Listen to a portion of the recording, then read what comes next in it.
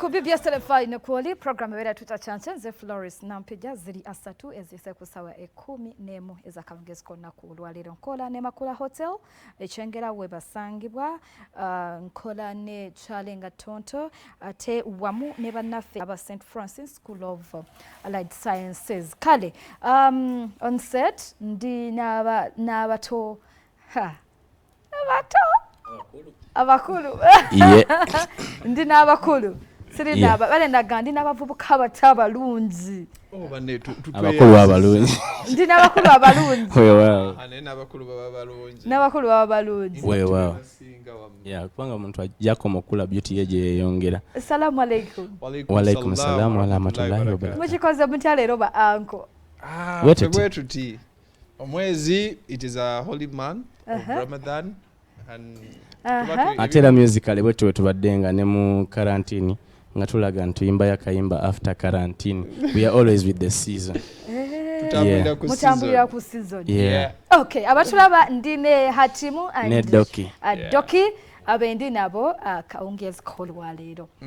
Ngabe bakugambye omulembe oguliwo gubatambulirako twali mu quarantine bafulumya akayimba ka quarantine akakola obulungi. Tubadde tuliawo bayina akayimba kati akakola obulungi bakayita didai bayina obuyimba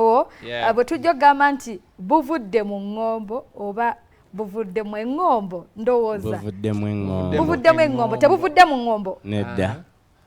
banga buvudde mu engombo temwina bwe mwakola bwava nga mubujja mu ngombo ndowooza tulinayo olimba lwoleta kinyumira mwe twakwotinga mukyala kabuye yatugamba Hatim yagamba n'agamba nti yagamba abulamu abasajja nga basatu abamulwanira abalwane beekube ye nga kati ekyo kimunyumira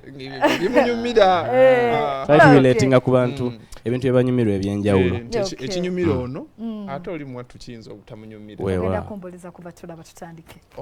abatulaba nga bwe twayanjuddwa edda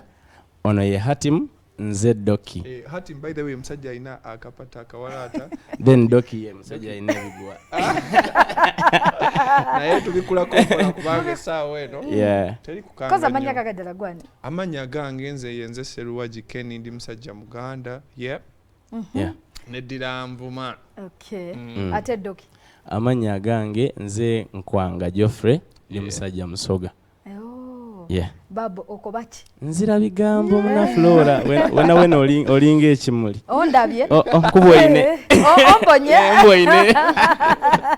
okay nali bachazaako I remember nga muri duo ngabwe muri akakasa bwe tuba nga tutambula mu lugendo naddala nga abantu mukola babiri ebigambo ebijja bibeera bingi kakasa mubifunyeeko ebingi ebiyitirivu naye mukyaliwo omukyayimiridde ekyebimuka ebyo ebibasobozeseza okusigalawo nga muyimiridde mwattu kigenda kwewunyisa nti ate ebisinza tusigazaawo nga tuyimiridde ate byebizibu okitegera nti ebizibu emujja for example nfunye ekizibu mba nkimanyi sigenda kitomera bwomu kati munnange ono wanyamba nempita mu kizibu ekyo ekizibu kino wetuba tukivuunusa kwegamba ekizibu kyange watandika okisharinga trust me problem shared kwegamba tewali ngeri gyoyinza kwerabira mangu ago oshikire and to the fact that tetwebeera wala tweri kumpi we make sure you have to at least tetramala lunaku nga kati bino ebigambo ebyogerwa ffe kyetukola engeri gye tuli nti byetutunda ate tukikozesanga mukisa tubiza mu melody ne tubibaguza nga tebo babituwadde ku bwereere abantu ne bajjawo engombo eyo babyogera najenga nti Hatim ne Dokey bakola TikTok music oba mwali mukiwuliddeko ekigambo ekyo tusoose na wano layira munnanga gye mutabeeyo ffe gye tubeera abantu bagamba Hatim ne Dokey bakola TikTok music yaliwa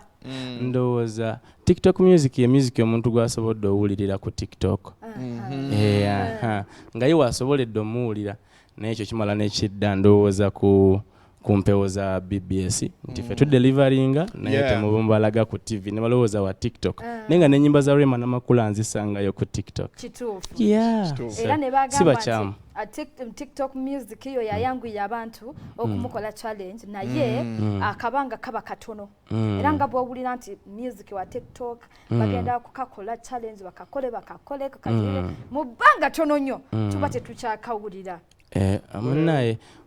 everybody is entitled to their idea era nange nzikiriziganya nabo. Waliwo ennyimba ezibeera ku TikTok nga bambi ziri short lived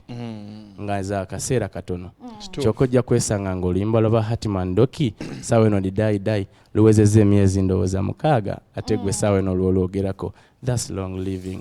Mubamu ekintu ekirala ekiba kyekwesa emabega. Creative bwagezaako okukola ekintu ekiri nnomo tokirowooza mbu kiri nnomo gwe muwa obudde aba nekyakuterekeddemu. Okay. Naye nga bwe tuba tuzi kati ngammwe kati ndi ku duwen eri wano bwe mulowooza nsuubira nammwe mukkiriza nti TikTok erina engeri gye kuttemu ekintu kya music kino n'engeri gyekiwalabanyamu mukkiriza nti erina ekyenjawulo TikTok kyekozeko industry. Sina industry yokka ndowooza nsi yonna oba kaŋŋambe kubanga abaana bangi bagayinize confidence mu kamera nti bagenda n'otuuka wano katugeze bamu bafuuse ba presenter kitegeera nga bali confident already ng'oluusi hype bagimanyira babadde n'abawagizi kyevulaba nga ndowooza yateekawo platform buli omu okweexercisinga kimu kyasobola apart from ebintu byebamanyi ebyajjo nti wokola kino oleeta ssente wokola kino oleeta ssente waliwo ebintu abantu bulijjo bye tubuusa amaaso. Actually ndowooza tujja beera glad bro nti lately abazadde bagezezzaako okuleka abaana bayingire mu kintu kino ekyokuyimba naye ngedde okubanga okuyimba bakirabanga omuyaaye okitegeera platform webanga eri wakae nga talaba muzadde tagamba omwana wange anaatuuka atya ku BBS okitegeera agamba waye kamukwate wano ka video ng'ayimbamu Florence wekanamunyumira njakeekanga kutekyakyanke so kati abamu ne muba mistaking nga ba TikTok artists nja kuwa example ya mwana nga Vairota penza gamba nti ennyimba ze simpangaazi naye nga ate abawagizi abasooka yabajja ku TikTok and besides abantu ababeera ku TikTok si roboti basigala be bantu beetaaga terimba okugula kutono nga bula Instagram ntizo zipushinga na dola so kati eno yo epushinga kusinziira ku bantu kyebaagala. Kale tugala kusooka tulyawo ku nnyimba z'aba agenda kupeesa ennyimba nga 2 za Hatim and Dokey then oluvannyuma tukomewo abaami bano bewandikira music waabwe ate bwe tuba tujjamu kwandikira music waabwe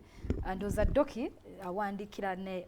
n'aba artist abalala era nga ayinawo hit zaakoze mabegaawo ezimu n'okusasulwa mbu n'atasasulwa wamma obutasasulwa kiri ku respect si ssente katusooka kikomewo Simon Fire